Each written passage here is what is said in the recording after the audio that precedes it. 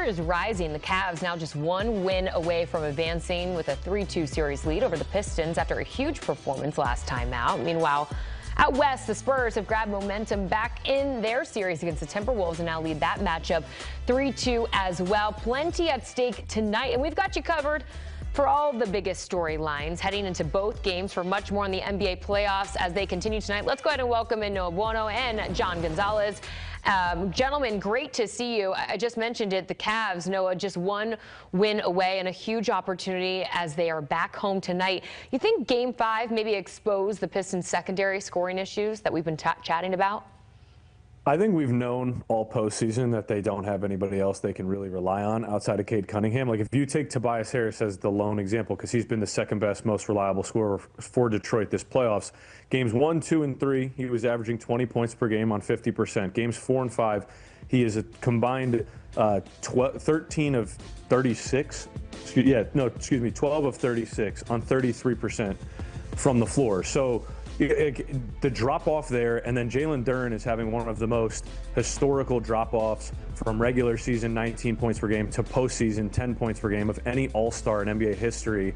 And I think that the struggles from those guys and Asar Thompson's limitations offensively as well have not played a part in helping Cade Cunningham. But, I mean, Game 5 was no different than what we've seen, and it's kind of unfortunate because Cade Cunningham has really been spectacular throughout the course of these playoffs. Yeah, this is why a lot of people were critical of them not adding at the trade deadline. They go out and get Kevin Huerter, who's been basically non-existent in the postseason. But this is a massive indictment of Jalen Duren. He's an all-star. He took the leap.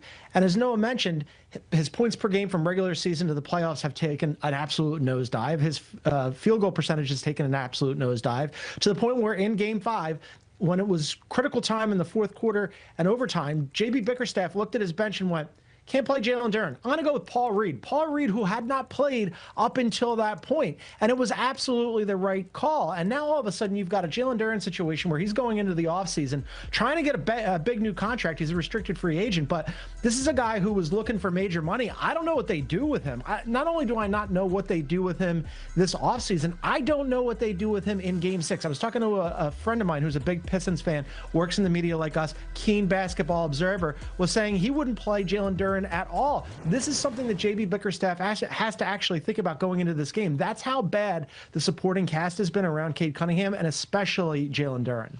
So, John, when you look at the Cavs obviously leading this series, as we mentioned, knowing that they have been here before, when you look at it, is Cleveland's experience maybe the difference maker in this series? What do you think?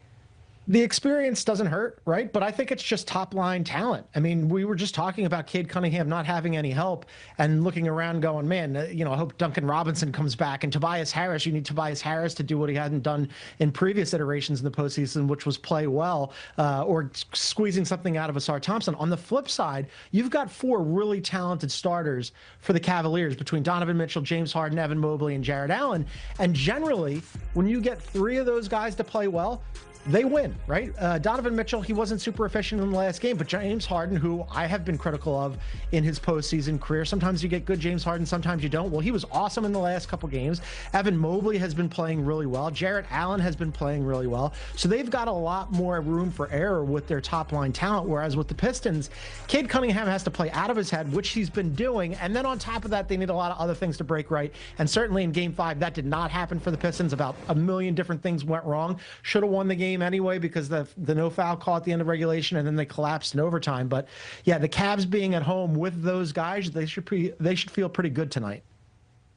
Experience was the #1 thing that lost Detroit the game in Game 5. They went 3 minutes with no buckets down the stretch. Their offense completely dried up. Cade Cunningham was seeing double teams, and I don't really like how passive he was out of those double teams to end the game, knowing no one else on the team was really going to be able to contribute. And Tobias Harris hit that three-pointer that put him up 9, and then that was the last points they scored. And John's right, the foul that happened at the end of the game that was not called definitely hurts Detroit, but refs make mistakes all the time, and I think that the experience the lack of experience not bleeding over into overtime just played into the advantage of Cleveland. And when you look at the starting lineup, like, you got 20 points off the bench for Max Strus, but 86 of the Cavs' 117 points in that Game 5 win came from their big 4, Jarrett Allen, Evan Mobley, James Harden, Donovan Mitchell.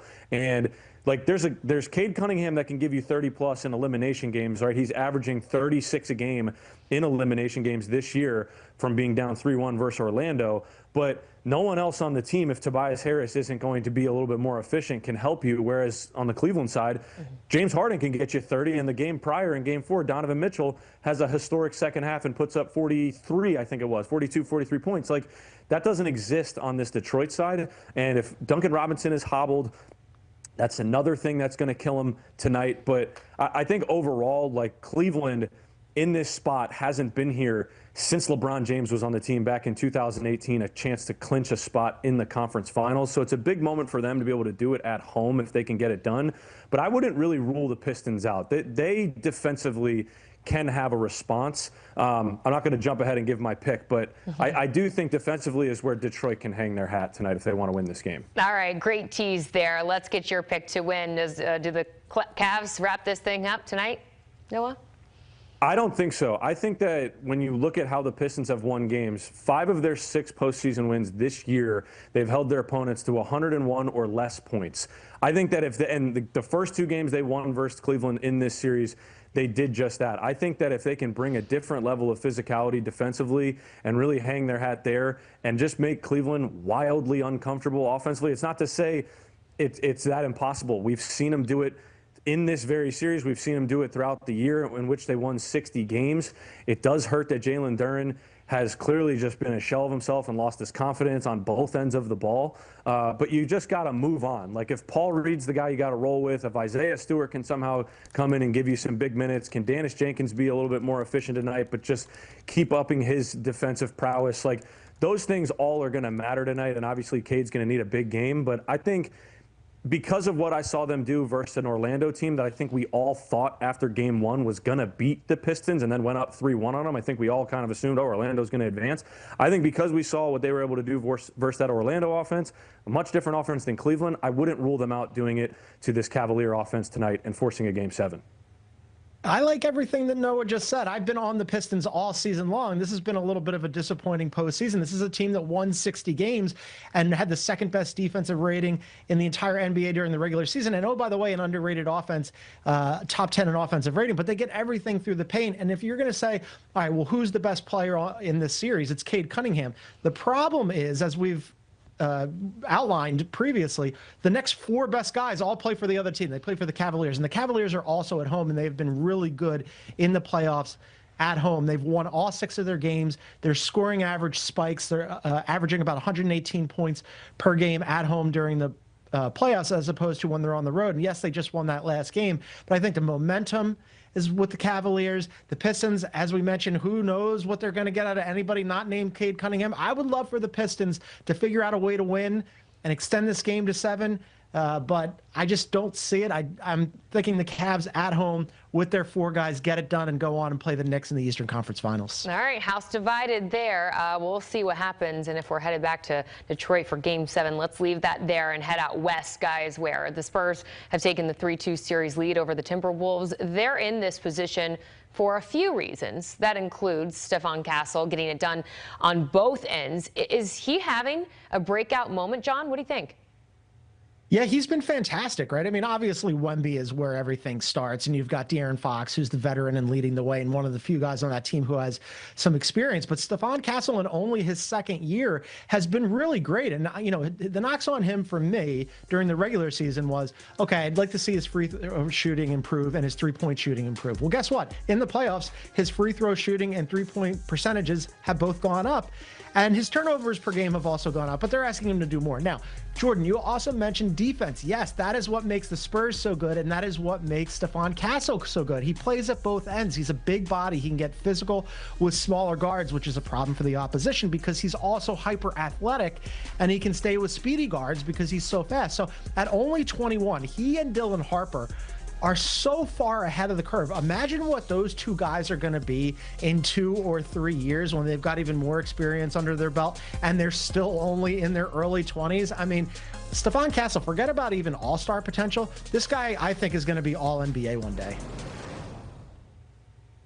I completely agree with John. I couldn't be higher on the Stephon Castle train, especially in this series. He had that third quarter flurry where he had a layup, flat-footed dunk. He was just cooking the Minnesota Timberwolves. Nobody could guard him. And the 6 assists per game, like I would go as far to say, with my belief and confidence in Stephon Castle, that I would prefer him on the San Antonio Spurs having the ball in his hands more than I would prefer De'Aaron Fox at this point. I think that De'Aaron Fox has been bailed out more times than not so far in this postseason because Stephon Castle has alleviated so much pressure from him. When he is playing bad, Stephon Castle is right there to pick up the slack.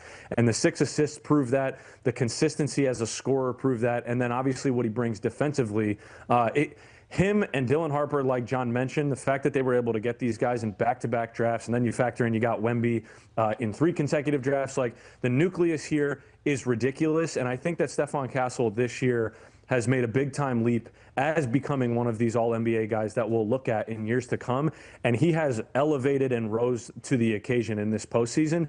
I just don't expect to see many bad games from him because he's such a competitor. But I really think that what he brings to the San Antonio Spurs is so vital from an offense and a defensive perspective that when I watch him and I watch De'Aaron Fox and I watch Dylan Harper, I want the young guys. I want Dylan Harper and Stephon Castle to control the game, especially with how De'Aaron Fox been a game-time decision. Game 5, he's been a little hobbled. He's been a little streaky. Like, it's been so fortunate that he's been able to rely on having Stephon Castle there on his side in the backcourt. It has been the most fun series to watch, in my opinion. But how do you think this ends? A huge opportunity for a lot of those young pieces, as you mentioned, Noah. Game 6 tonight from Minnesota, 9:30 Eastern. Who you got?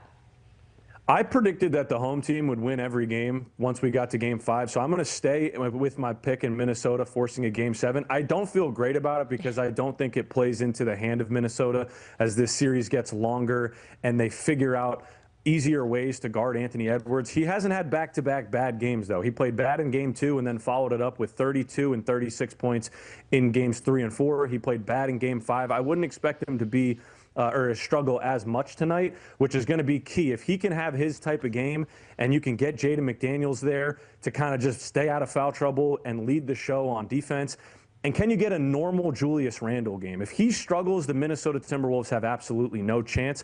I just don't know if Minnesota has fully run out of gas here. I don't want to say that they have because I've been counting them out since last year when they opened up as underdogs versus the Los Angeles Lakers in the postseason and then gentlemen swept them out of it. So I'm going to stay with Minnesota because I just don't want to sleep on Chris Finch and what Anthony Edwards can bring to the table on any given night. So I'll say we force a Game 7, or Minnesota forces a Game 7 here, and we get a thriller Sunday. No, I love the way that you're thinking. You're forcing 2 Game 7s from an entertainment perspective. I love that idea. I am not with you on this. I am with you on disrespecting and overlooking the Minnesota Timberwolves because we've all done it forever, right? I mean, I didn't think they were going to make that first Western Conference Finals, and I didn't think they were going to make it again last year, and then I didn't think they were going to beat the Nuggets. So they continually surprise us. However, there's a limit to this, right? And the Spurs, in their 3 wins, 2 blowouts and 1 that they win really comfortably in this series. The Wolves, 2 wins, both single digits, both squeakers. A lot has had to go right for Minnesota even to win those 2 games. And the Spurs, they just have so many different ways that they can beat the Wolves, and they come at you in waves, and they have the best player on either team, with apologies to Ant. Wemby's just that much better. And then they've got more depth, especially in the backcourt that we mentioned, with Stephon Castle stepping forward and Dylan Harper stepping forward and De'Aaron Fox. And then we haven't even gotten to Devin Vassell and Champagnie, who had a really good regular season, hasn't been that good in the playoffs. Eventually those shots are going to start falling. So as much as I want to be with Noah on this one and say Game 7 sounds awesome, let's do it, I can't get there. I'm going Spurs tonight. Well, and then Godspeed as you have to go see the defending champs, if that's the case, John Gonzalez. Gentlemen, always great to see you here live on CBS Sports HQ. A big night in the NBA playoffs. 2 Game 6s on tap. It all gets underway at 7 o'clock Eastern time with the Pistons in Cavs. Cleveland with a chance to put this away and then go on to advance to the Eastern Conference Finals, where they will see the Knicks. And then at 9:30 Eastern, back-to-back, we will get the Spurs and Timberwolves winner.